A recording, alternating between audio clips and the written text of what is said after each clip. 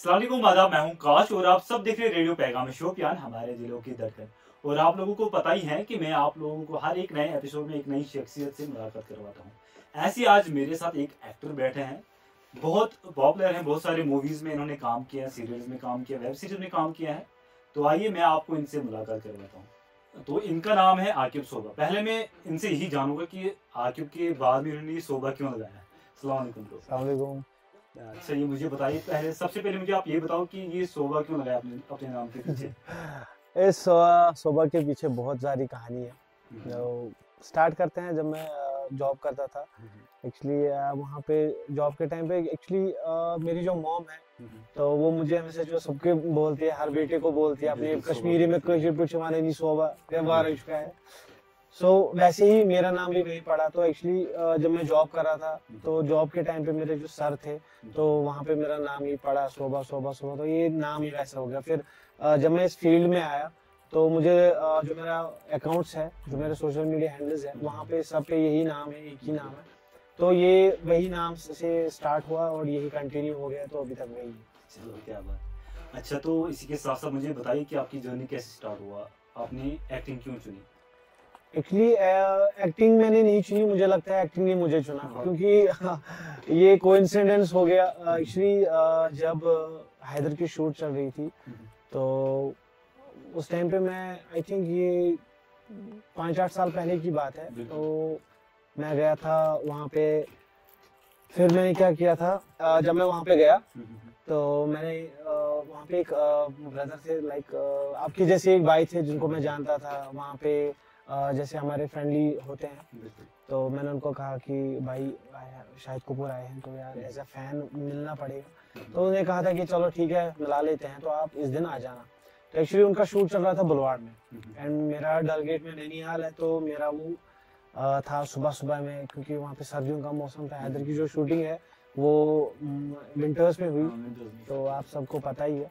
तो उस time scene था कि लेट इरफान खान साहब जो थे उनके साथ वो वहाँ पे अवेलेबल थे।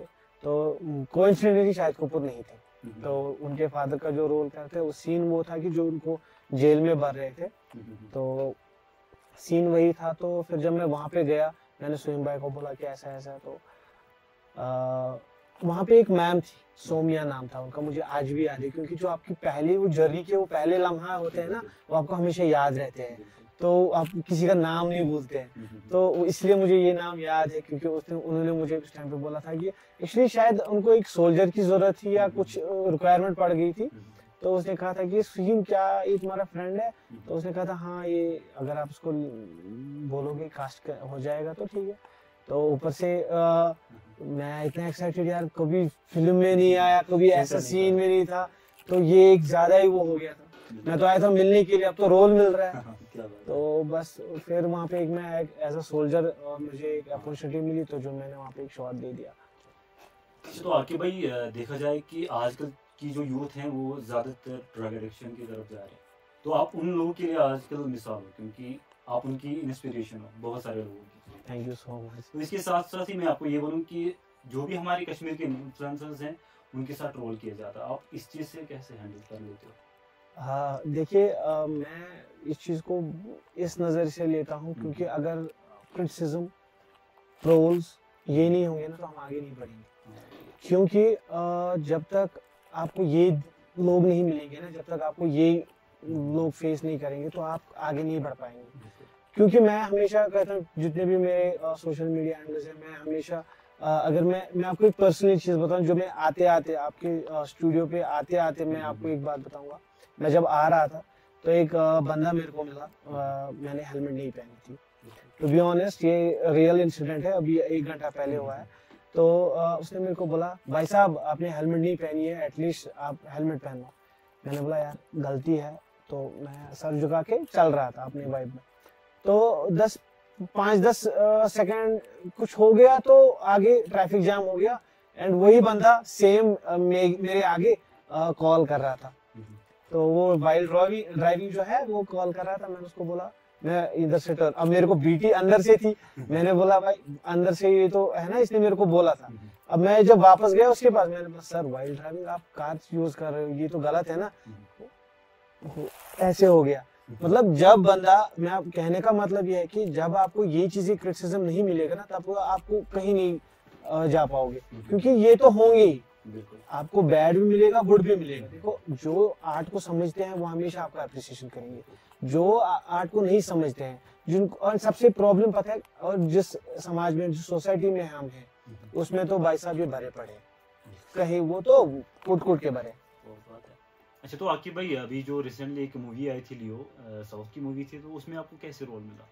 एक्चुअली हमारे जो ऑडिशंस वो होते रहते ही है, क्योंकि हमारा तो ये काम ही बन चुका है कि हमारे ऑडिशंस देना, क्योंकि एक एक्टर के लिए ऑडिशंस एक वो होता है ना, जो जैसे एक स्कूल जाते हैं बच्चे, उसके लिए ऑडिशंस होता है, या किसी कोई भी एक्टर कितना बड़ा भी हो, इवन बहुत बड़े कलाकार अभी भी ऑडिशंस देते हैं, क्योंकि इससे आपका पोटेंशियल, आपके लुक्स, आपका प्रेजेंट, जो आपकी बॉडी लैंग्वेज है वो आपको पता चलती है, डायरेक्टर की नीड क्या है, फिल्म मेकर्स की नीड क्या है, उससे ऑडिशन से पता चलता है। एंड वही ऑडिशंस हमने भी दी, क्योंकि हमारे यहाँ पे कास्टिंग एजेंसीज है, लाइक केजे प्रोडक्शंस है, कास्टिंग कश्मीर है, हमियस्तो है, डिवाइन स्पार्क है, साकिब गुलजार की जो कास्टिंग कंपनी है, उनमें से एक साकिब बाई है, जिनको आप साकिब गुलजार के नाम से भी जानते हैं। तो उन्होंने मुझे उस टाइम पे कास्ट किया था, एंड उस वजह से मेरे को लियो में रोल मिला। बहुत अच्छा रोल किया था आपने उसमें। एक्चुअली वो कोइंसिडेंस था, क्योंकि मेरा एक्चुअली शूट जो हुआ था, जिसमें मेरी प्रोफाइल जो लॉक हुई थी, वो संजय दत्त के साथ हुई थी, क्योंकि जो शेड्यूल था संजय दत्त का सिफर में, जो कि पहलगाम मटन में शूट हुआ था, तो लेकिन उससे पहले क्या, I don't know, scene change हुए, क्या हुए, किस्मत की बात है। तो जब मुझे हाइना का शॉट मिला, तो मैं एज ए सेंचुरी वर्कर उसमें काम करता हूँ विजय थलापति के साथ। तो वो जो हाइना होती है, एक जो सेंटिमेंट है लियो मूवी का, जो एक मेन एक कैरेक्टर है लियो, हाइना जो है, तो वो मेरे को खाते हैं उसमें, तो वो एक अचीवमेंट है, क्योंकि उससे मेरे को बहुत ज़्यादा अप्रिशिएशन मिली है वो शॉट मेरे लिए, क्योंकि उस शॉट ने मेरी लाइफ बदल दी है। तो मैं अपनी लाइफ का एक टर्निंग पॉइंट कह सकता हूँ उस मूवी का। चलो, बहुत अच्छी बात। अच्छा आकिब भाई, मैंने ये सुना कि आपने कोई शिकार जलाया। अरे भाई, वो जलाया नहीं है, बस वो एक सीन मुझे मिला था पश्मीना सीरियल में, तो वो आप वो हम अपने ऑडियंस को तो जरूर दिखाएंगे ना। हाँ, बिल्कुल। तो आप लोग देख सकते हो, हमारे जो कॉरिडोर सेशन कर लेते हम, उस एपिसोड में आप जरूर देख सकते हो, तो जरूर जाइए उस वीडियो पे और देख लीजिए इनके वो शॉट्स। अच्छा आकिब भाई, मैंने देखा जैसे साउथ मूवीज होती ना, उनमें ऐसी खतरनाक फाइट होती कि एक बंदे को एक पांच मारता तो वो 3 फुट दूर जाता है। सही। क्या वो सच में सच होता है या ऐसे ही? नहीं, एक्चुअली क्या होता है कि ये जो वहाँ पे जो सेटअप होता है ना, ये वैसे ही जो फाइटिंग सीन्स होते हैं, लाइक मैं ज़्यादातर जो साउथ मूवीज़ मैंने देखी है, एज ए ऑडियंस तो मुझे भी ये सेम लगता है, बट विजय थलापति के टाइम पे जब मैंने लियो का सीन देखा, वो एग्रेशन, वो डायरेक्शन, वो मतलब काबिले तारीफ है, क्योंकि वो करती ही वैसे है, क्योंकि जो साउथ का माइंडसेट होता है ना, वो दिखता ही वैसे है ना, नो डाउट कि पंच मारता है, सच में मारते वैसा नहीं, मारते वैसे नहीं है, बट वो वीएफएक्स के थ्रू वो करते हैं, लाइक लेकिन वो एक्शंस वगैरह जो सीन्स होते हैं वो एग्जैक्टली प्रॉपर होते हैं, जो प्रॉप्स वगैरह यूज होते हैं वो टोटली सच होता है, बट अब वो उतना वो होता है कि लाइक फाइट सच में नहीं होती, जिसे हम लोग डर जाते हैं एग्जैक्टली। वो एक्चुअली एक एंटरटेनमेंट पर्पस होता है, क्योंकि अगर वो सब नहीं दिखाएंगे तो मूवीज नहीं चलेंगी, क्योंकि आजकल की जो मूवीज है उसमें तो धूम धड़ाका ये तो चाहिए ही। अच्छा आकिब भाई, जो एक्टर्स होते हैं उनकी मैं बात करूं तो वो रियल लाइफ में भी ऐसे होते हैं जैसे वो मूवीज में होते हैं?